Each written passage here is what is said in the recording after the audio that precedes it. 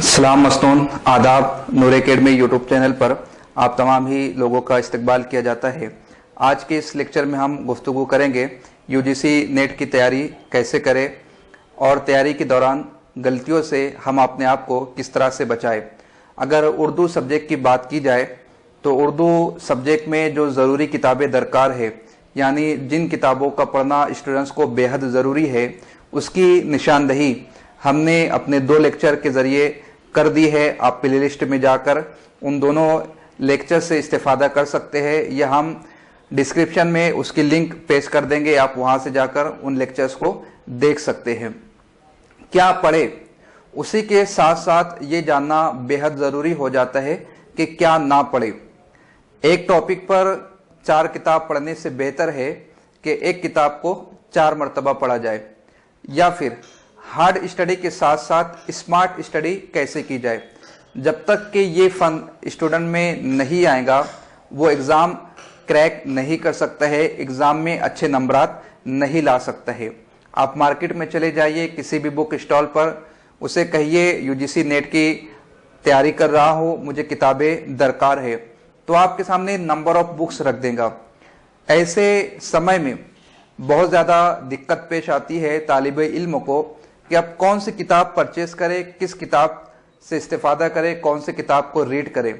अगर उर्दू मजमून की बात की जाए तो आज मार्केट में बड़े ही धड़ल्ले के साथ 3-4 किताबें बेची जा रही है। शौर फ़न, तफ़हीम अदब, अदब नुमा। जाहिर सी बात है इनके राइटर्स ने, पब्लिकेशन वालों ने काफ़ी मेहनत की होंगी, लेकिन आज के इम्तिहान के नज़रिए के हिसाब से ये तीनों किताबें रद्दी का ढेर बन चुकी है। इस रद्दी से आप नेट एग्ज़ाम उर्दू मजमून में कभी भी क्वालिफाई नहीं हो सकते हैं, क्योंकि अब पेपर पैटर्न बदल चुका है, सवालात पूछने का अंदाज बदल चुका है। तो अगर आप इन तीनों किताबों को या इन जैसी दूसरी किताबों को पढ़ते हैं तो यकीन जान लीजिए कि आप नेट इम्तिहान कभी भी पास नहीं हो सकते हैं। इसी तरह और भी मज़ामीन का हाल यही होगा, उनमें भी मार्केट में बहुत सारी रद्दी बेची जा रही होंगी किताब के नाम पर, और बच्चे महीना, 2 महीना, 4 महीना, 6 महीना उन्हीं किताबों को पढ़ते रहते हैं, बार बार रिवाइज करते रहते, लेकिन आउटपुट 0 मिलता है, नतीजा फेल निकलता है। अगर आप अपना 6 महीना ज़ाय होने से बचाना चाहते हैं और सबसे इम्पोर्टेंट नेट क्लियर करना चाहते हैं, तो आपके लिए पहले ये जानना ज़रूरी होगा कि हम किन किताबों को पढ़ें, किन किताबों से इस्तेफादा करें। उसके लिए बेहतर तरीक़ेकार ये है कि आप सब्जेक्ट वाइज, आपको जो भी सब्जेक्ट होगा उसका सिलेबस वेबसाइट से डाउनलोड कर लीजिए। आप जहाँ भी पढ़ाई करते हो, जो भी आपका स्टडी रूम हो, जहाँ पर आप रहते हो, सोते हो, खाते हो, किसी भी एक मुनासिब जगह पर जहाँ पर आप ज़्यादा वक्त गुजारते हो, आप सिलेबस को चस्पा कर दे। बार बार आपकी नज़र सिलेबस पर जानी चाहिए ताकि आपको अंदाज़ा हो कि मुझे क्या पढ़ना है, क्या नहीं पढ़ना है। उसके बाद सेकंड स्टेप में आप ये कीजिए कि पहले 5 सालों के पेपर को वेबसाइट से डाउनलोड कर ले, उसका प्रिंट आउट निकाल ले, उसको बार बार पढ़े और समझने की कोशिश करें कि पेपर पैटर्न होता कैसे है, किस पार्ट से कितने क्वेश्चंस आते हैं, क्वेश्चन पूछने का अंदाज कैसा होता है, कितने साइड क्वेश्चंस आते हैं, कितने कोर क्वेश्चंस आते हैं और कितनी डीप स्टडी की जरूरत हमें है। लेकिन पेपर पैटर्न उस वक्त समझ में आएगा जब आपका बेस मजबूत होगा। अगर बेस मजबूत नहीं है तो पेपर देखने के बाद आप मजीद एहसास कमतरी का शिकार हो जाओगे। अगर पेपर पैटर्न समझना हो तो आपका बेस मजबूत होना जरूरी है। चाहे आप जिस सब्जेक्ट से नेट क्लियर करना चाहते हो तो उसके लिए फिर आपके लिए जरूरी हो जाता है कि पहले आप बेस मजबूत करें। बेस मजबूत करने के लिए आप बुनियादी किताबों को पढ़ें। आपको जो भी सब्जेक्ट होगा, हर सब्जेक्ट के अकॉर्डिंग बेस बनाने की कोशिश करें। जब बेस बन जाए, सिलेबस आपके सामने है। अगर उर्दू की बात की जाए तो मुख्तलिफ असनाफ अदब पर सवालात पूछे जाते हैं, लिसानियात पर पूछे जाते हैं, तारीखी अदवार पर पूछे जाते हैं, मुख्तलिफ तहरीकों पर पूछे जाते हैं। तो इस तरह से कुल मिलाकर ये पेपर होता है। नेट एग्जाम का जो सिलेबस है उर्दू का, हमने उसके हवाले से भी एक मुकम्मल लेक्चर बनाया था जो कि हमारे चैनल पर मौजूद है। आप वहां जाकर मुकम्मल लेक्चर सुन सकते हैं या उसे आप अपने मोबाइल में डाउनलोड कर लें और उसे बार बार सुनने की कोशिश करें ताकि आपको निसाब याद हो जाए, सिलेबस आपको हिफ्ज हो जाए। उसके बाद जब एक मरतबा बेस बन गया तो आप सिलेबस में देखिए कौन कौन सी पर्सनालिटीज है, कौन कौन सी शख्सियात है, फिर उन शख्सियात का आप मुतालिया करने की कोशिश करें, उनकी बायोग्राफी को पढ़ें, उनकी किताबों को पढ़ें, उनके मजमूए हाय कलाम को पढ़ें, उन्होंने जो कुतुब रिसाइल में मजामीन लिखे हैं उनको पढ़ने की कोशिश करें। शख्सियात की बात आ जाती है तो अगर आप देखें उर्दू मजमून में कई सौ शख्सियात शामिल है, तो इसका मतलब ये नहीं कि हर शख्सियत पर हमें पीएचडी करना है, हमें बुनियादी मालूमात चाहिए। उनका नाम क्या था, उनका तखल्लुस क्या था, वो कब पैदा हुए, किस शहर में पैदा हुए, कब उनका इंतकाल हुआ, किस शहर में उनकी वफात हुई, उन्होंने किस शहर से किस दूसरे शहर की जानिब हिजरत की, किस अदबी तहरीक से वो वाबस्ता रहे, उनकी तसनीफात कितनी है, उन्होंने कौन सा अखबार निकाला था, उन्होंने कौन सा रिसाला शाये किया था, उनके मजमूए कलाम का नाम क्या है, उनको कितने अवार्ड मिले हैं, ये कुल मिलाकर ओवरऑल जायजा एक शख्सियत के हवाले से हमें चाहिए होता है उर्दू मजमून के हवाले से। बस इतना ही हमें पढ़ना है। इसके अलावा वो दुनियावी बातें या वो जिंदगी की बातें जिनका ताल्लुक निसाब से नहीं है, जिन पर सवालात नहीं आते हैं, उन्हें हमें टच भी नहीं करना है। जैसा कि मैंने अपने तमहीदी कलमात में पहले ही बताया, क्या पढ़े उसी के साथ ये जानना बेहद जरूरी है कि क्या ना पढ़े। हमें उतना ही पढ़ना है जितना के एग्जाम की डिमांड है, जितना एग्जामिनर हमसे हासिल करना चाहता है। तो ये कुल मिलाकर आप शख्सियात के हवाले से पढ़ने की कोशिश करें।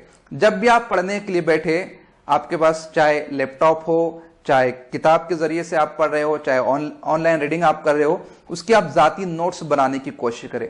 नोट्स कैसे बनाए, ये भी बहुत बड़ा मसला है।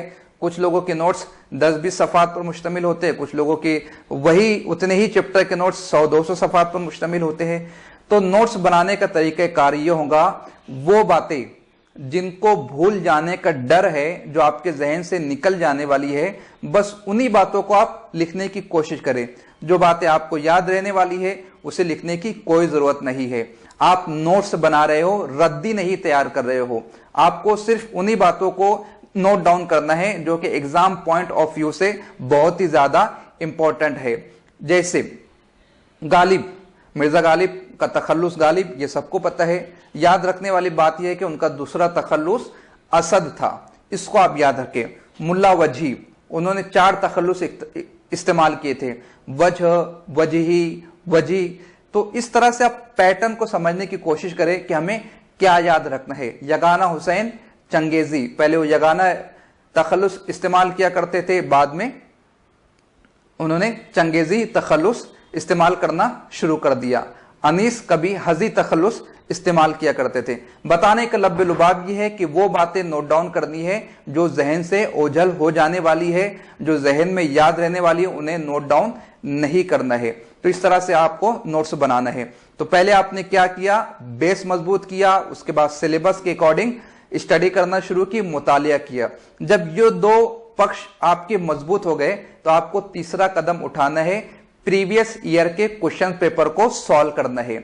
जो पुराने पेपर्स हो चुके हैं उनको आप लेके बैठे, घड़ी में टाइम लगाए और उसके मुताबिक आप पेपर को सॉल्व करने की कोशिश करें। जब आप पेपर हल कर ले तो फिर आप उसका तशफिया करें, फिर आप उसे जांचें, आपने कितना मार्क्स स्कोर किया है, कौन सा पार्ट आपका मजबूत है, कौन सा पार्ट आपका कमजोर है। जो मजबूत पार्ट है उसे और मजबूत बनाए, जो कमजोर पार्ट है उस कमजोरी को दूर करने की कोशिश करें।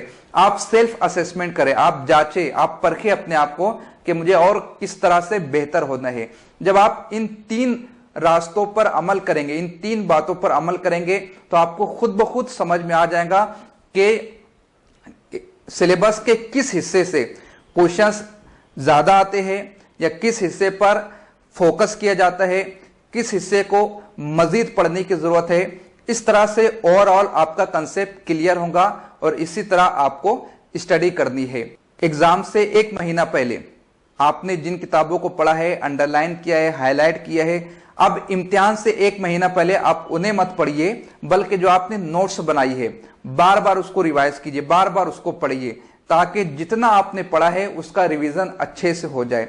देखिए, पढ़ना इंपॉर्टेंट नहीं है, पढ़ने के साथ साथ रिवीजन को होना ये बहुत ज्यादा अहमियत का हामिल है। इंसान पढ़ लेता है लेकिन एग्जाम हॉल में जाने के बाद याद नहीं रहता है। तो हमें उतना ही पढ़ना है जितना के एग्जाम की डिमांड है, और बार बार पढ़ना है, बार बार रिवाइज करना है, ताकि एग्जाम हॉल में हम उसको सही तरीके से हल करने की पोजीशन में रहे। आप हमारे उन 2 लेक्चर को देखिए, खासतौर से उर्दू सब्जेक्ट वाले, उसमें हमने किताबों को बयान करने की कोशिश की है। अगर आपने इस लेक्चर को पसंद किया और अपने कमेंट्स के जरिए से और जानने की ख्वाहिश का इजहार किया, तो हमारा तीसरा लेक्चर बेस्ड होगा कि उर्दू नेट के हवाले से हम किन किन किताबों को शॉर्ट पीरियड में पढ़ने की कोशिश करें। अब ये तीसरा लेक्चर डिपेंड करता है आपके कमेंट्स के ऊपर। तो बने रहे नूरी एकेडमी यूट्यूब चैनल पर हमारे साथ। अगर अब तक आपने चैनल को सब्सक्राइब नहीं किया है तो प्लीज सब्सक्राइब कर ले, बेल आइकन को क्लिक कर ले, ताकि जैसे ही हम अपने एजुकेशनल चैनल पर लेक्चर अपलोड करें आप तक नोटिफिकेशन पहुंच जाए। खुदा हाफिज।